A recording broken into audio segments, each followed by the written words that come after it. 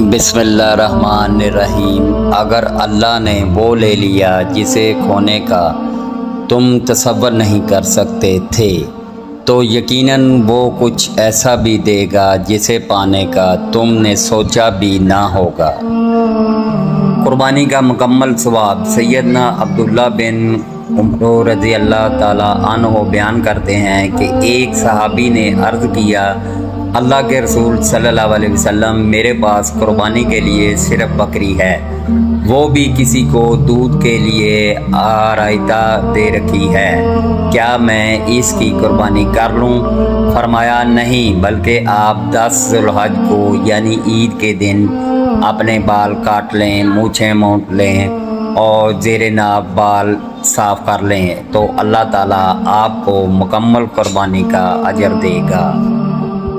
میت کی طرف سے قربانی، اگر تم اپنے فوت شدہ والد کے لیے قربانی کرتے ہیں تو یہ مستحب ہے۔ اگر تم واجب اور مستحب کو جمع کرنا چاہو تو 2 قربانیاں کر لو، پہلی واجب تمہاری طرف سے واجب جائے گی اور دوسری مستحب تمہارے والد کی جانب سے ہو جائے گی۔ رسول اللہ صلی اللہ علیہ وسلم نے ارشاد فرمایا، جس نے 10 مرتبہ قل هو اللہ احد پڑھی، اللہ جنت میں اس کے لیے ایک گھر بنا دیتا ہے۔ پیٹ دی خاطر کرنا پیندا ہے، غم وچھوڑا جرنا پیندا ہے، جتھے دانا پانی بند ہو جاوے اوتھے ڈب کے مرنا پیندا ہے۔ افضل ترین دنوں میں کیا وظیفہ کیا جائے؟ رسول اللہ صلی اللہ علیہ وسلم نے فرمایا، اللہ تعالیٰ کے نزدیک ذوالحج کے 10 دنوں سے افضل کوئی دن نہیں اور نہ ہی کسی دن کا کوئی عمل ان 10 دنوں کے عمل سے زیادہ محبوب ہے۔ تم ان 10 دنوں میں کثرت سے لا الہ الا اللہ، اللہ اکبر اور الحمدللہ کا ذکر کیا کرو۔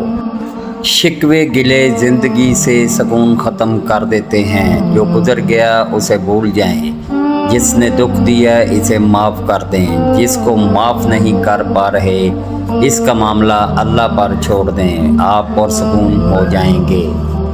یہ نہ کہو کہ مشکلیں بہت بڑی ہیں، مشکلوں سے کہو میرا رب بہت بڑا ہے۔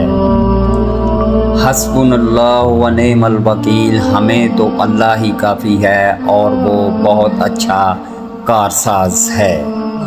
7 ہلاک کر دینے والے گناہ، رسول اللہ صلی اللہ علیہ وسلم نے فرمایا 7 ہلاک کر دینے والی چیزوں سے بچو۔ صحابہ نے پوچھا کون سی چیزیں؟ فرمایا نمبر 1 شرک، نمبر 2 مال کی حرص، نمبر 3 قتل، نمبر 4 سود، نمبر 5 یتیم کا مال کھانا، نمبر 6 مارکے سے پاک جانا، نمبر 7 مومن عورتوں پر تہمت لگانا۔